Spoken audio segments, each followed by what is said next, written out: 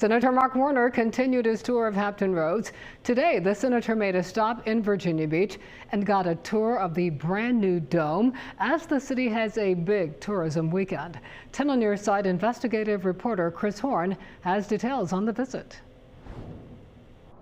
Senator Mark Warner found out that there are so many different aspects to the tourism economy. It's not just restaurants and hotel rooms.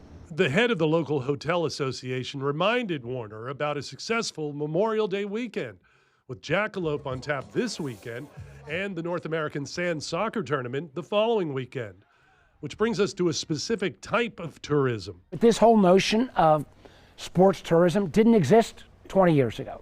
You know, if there's any possible way to find funding mechanisms that could help us to provide even a more broad spectrum of sports tourism.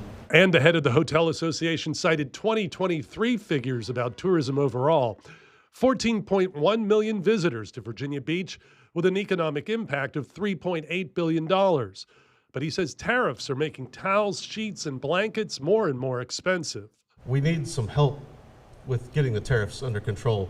The back and forth is causing huge delays in shipping. It's causing huge price increases. And then there's an 80% funding cut for what's known as Brand USA. That's the marketing of destinations in the U.S. to international tourists.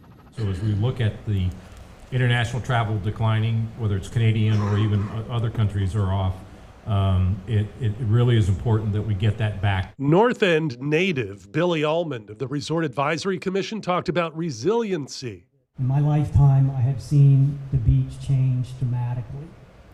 All the sand we put at the south end is on 89th Street. And of all the topics discussed this morning before Mark Warner left, he told us maybe the one thing he can really work on from the federal level is resiliency, because let's not forget, Virginia Beach is a beach. In Virginia Beach, Chris Horn, 10 on your side.